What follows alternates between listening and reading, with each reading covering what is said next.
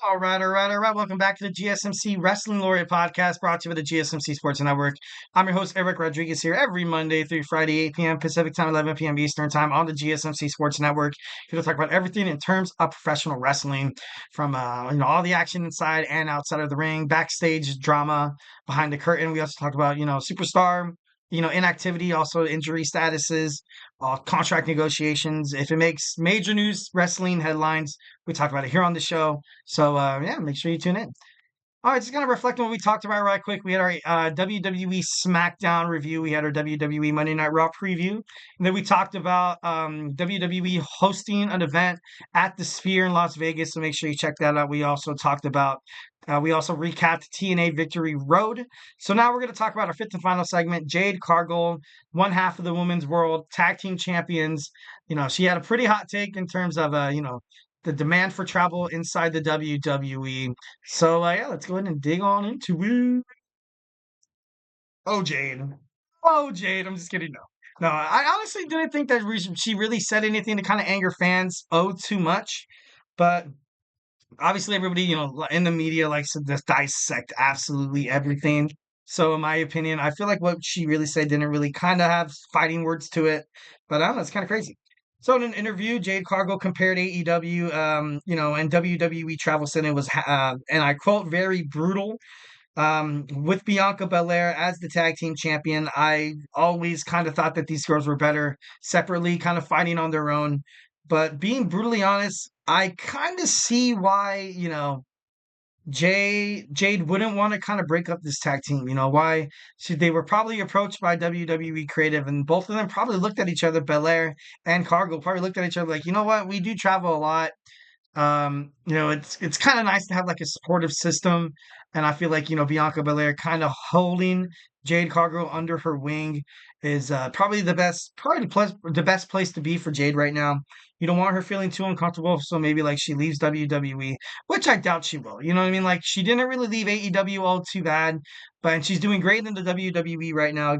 Given, but I kind of see why this tag team has stayed together now. And she just started. She just started in the Royal Rumble. That she kind of took a break, and her first match I think was at WrestleMania. I think it was, in that six-woman tag team match, and she just started the grind. Man, she just started grinding. So it's kind of like if you're complaining about it already, red flag here and there. But overall, traveling does suck. Oh my God, traveling sucks. Oh my God. I had this job once, and then like it was 2 weeks on, 2 weeks off. You had to fly, back east. You had to fly to Miami during the summer, and you missed all that time with your family, and it was just like, of course, like if to pay you well, it's worth it. But I don't know, for like a barely making over minimum wage, I was like, you know what, I'm not really into it, and started not caring. So I hope that doesn't happen with Jade. So 1,010% hope that's not the way to do it. During the interview, during the with the Ringer, Cargill was asked about differences amongst AEW and WWE, and she said, and I quote, "I have been consistently been working since Mania. The travel is brutal. It's very, very brutal. It's a crazy thing." And Bianca Belair, basically, Bianca said that this isn't even half of what they used to do for travel, and that's crazy. That's a lot of commitment right there. And she talked about having being jet lagged, but you cannot let that affect your performance. And she also said in that quote, "It's very different for me because I was so used to working like a 1 day a week, maybe even two." And it's true. Like that's why AEW, although they do have shows like Rampage and Collision, they do a good job of kind of including a lot of wrestling talent that isn't like mainstream. Like, you know what I mean? That isn't part of the main card for the women's division, also the men's. Also, you kind of have that format where, with all these partnerships Tony Khan has with Ring of Honor, with the CMLL, as well with New Japan Professional Wrestling, you could, it could make it very easy to be like, yeah, I'm only working 1 day this week. I'm going to be on Dynamite. Oh, okay, yeah, all right, that's cool. You know what I mean? And but then it's on Wednesday. Then you could also maybe hit a Collision or a PLE, but that's just a lot of grind. That's something a lot of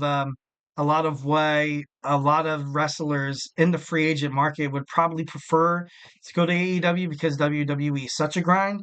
But overall, I feel like obviously she's a great women's wrestler. I do believe that 1,010%. And I don't think that she's going to find her way out of WWE. But I know for a lot of people, and I mean this for like, a lot of people have different psychological, emotional, kind of boundaries. You know what I mean? Like, if you kind of ruins your comfortability, like if I'm on the road all the time and I can't get a good night's sleep, I don't know, it's going to affect you mentally and psychologically. So I guess, I hope she finds a way to kind of deal with this, for her to, that's why I definitely feel like her and Bianca are, kind of better together now because I feel like they do kind of give each other support systems and stuff like that, which is absolutely great, which is what you should do for your coworker. And she said, and I quote, "You literally share your life with the WWE universe." And it's just kind of crazy. It's kind of crazy. PW Mania actually reported that WWE live events are being cut down in 2025.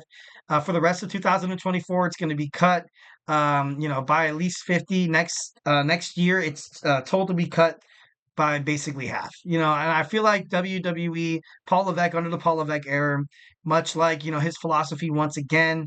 Obviously, you saw Monday Night Raw being cut to 2 hours. You have PLEs only having 5 or 6 matches. Quality over quantity. If you're going to have a bunch of wrestling matches, if you're going to have a bunch of live events and a lot of wrestling fans, you're going to be like, oh, I'm just going to go to this event. I'm just going to go to this event. If you kind of limit your events, you kind of force their hand a little bit. If they're going to look at these ticket prices for Monday Night Raw and SmackDown, they're going to be like, you know what? They don't really have any more live events. So I'm going to, so what if it's like $20 to $30 more? I'm going to pay for it. You know what I mean? I feel like that's what WWE wants to do as well with WWE NXT. Kind of give people like, oh, you know what, like, oh, we're gonna go see NXT, like, you know what I mean, like, and that's cool, It's like a WWE live event, and then you're gonna get a lot of cross promotional collaborations between WWE and NXT. NXT is gonna dip into TNA a little bit, and I don't know, it's gonna be great. So now you kind of have NXT in the middle. They have to stand on their own. They have to start selling out arenas on their own. They have a show in Chicago. They have a show in St. Louis, and they need to sell tickets for that. So if you borrow a couple of WWE superstars, that's cool. If you borrow a couple of TNA superstars right here, and they kind of dip into the pot just to kind of help out this kind of growing brand that NXT is going to start to become, because obviously they're not going to be at the Performance Center anymore. No, I feel like they are going to still be at the Performance Center. I mean, that's a huge reason why I feel like WWE did open a Performance Center. They're going to open a Performance Center in Las Vegas because, you have a lot of travelers, a lot of tourists that you could possibly, you could really reach out to some new audiences, some potential fans. So, definitely once again giving credit to TKO Holdings for helping out with that. So, I think that's, kind of cool. But I love this. I love this for the wrestlers. I feel like, this is definitely different from Vince McMahon. Vince McMahon was reported to get upset when people wanted off to go spend time with family during the holidays and stuff like that. This is a great way for wrestlers to actually do one of, a lot of things. A couple of things that I can think of right now is to avoid injury. Avoid injury. There was a time where the injury roster was better than the active roster. And I remember talking to my CEO about this as well. Like you had, CM Punk, you had Drew McIntyre, you also have Charlotte Flair. Becky Lynch is out and she's not really injured, but it was kind of crazy. It was kind of crazy, and definitely did kind of spark a lot of different interest in a lot of superstars. I feel like on Monday Night Raw, so I think overall it was kind of cool to kind of see someone like Damian Priest be the WWE World Heavyweight Champion. I definitely like that. A transitional champion, I kind of knew he was, but he did hold the belt for quite some time. So you can't be too upset about that. Also, you're gonna spend some more time. They're gonna spend more time nurturing relationships at home, and and a lot of people need that. You know what I mean? Like it's like the grind of being on the road. The grind of being on the road, working all the time. You don't spend too much at home. You want to spend time with your wife. You want to spend time with your kids, and it just so all these little things make you happy. It keeps you sane. It keeps you on the right, kind of on the right side of heaven. You know what I mean? I'm just kidding, no. But no, just doing right, just doing right. You know what I mean? Also, I think it's going to make WWE, more exclusive. It's going to get people to go to more shows, like I was saying about the whole NXT kind of thing. Um, so I don't think it's as crazy as a lot of people would be like, oh, Jade Cargill, she can't handle the grind, then she should leave WWE, yada yada yada. I don't think it's that at all. I know, AEW star Will Ospreay signed with AEW. And he basically cut a promo saying that I can't deal with the grind. Well, the only reason why you're in your position is because you were, messing with the boss's daughter. And it kind of sparked it was interesting. It was very interesting. But if you're dogging on my man Triple H, Paul Levesque will, I'm gonna have to, get you, man. I'm just kidding. But overall, I love you got to respect her honesty. You got to respect her honesty, and it's not like it's crap talking. Sometimes when things are actually true, you'll be like, yeah, dude, yeah, this travel is pretty damn brutal, like 1,010%. And I'm pretty sure Triple H knows that. But he did it his whole career, you know what I mean? And I believe it's always wrong to kind of assume other people can do the things that you do, but all you could really do is be there for each other as a family. Mostly all the WWE, it is, and it has a high morale in the locker room ever since Triple H, Paul Levesque took over as CEO. Obviously, no more Vince McMahon guys back there. I think him and Nick Khan are doing a great job keeping the professional wrestlers, satisfied. So, yeah, 1,010%. Definitely, definitely understand Jade Cargill's frustration. I'd be frustrated too, you know what I mean? But she didn't really say frustration like. She's like, you know what? It's kind of like out in the open, sad but true. You mention it, but you don't really mean anything bad by it. So overall, I feel like those who are assuming Jade of not wanting to be in WWE because she can't handle it is a little over the top. Just a little bit. I'm just kidding. All right, guys. Well, that's it for me. Hopefully, you guys had a fun time. Thank you so much for tuning in to the GSMC Wrestling Laureate Podcast, brought to you by the GSMC Sports Network. Remember to Superman punch that like and subscribe button to the show. Follow the show. Follow the network. Also follow us on Twitter/X, Instagram, Facebook, TikTok for more content and updates. And like I always say, if I haven't made you a wrestling fan by now, we got a whole other awesome sports with all these passionate podcasters. Those are awesome as hell, man.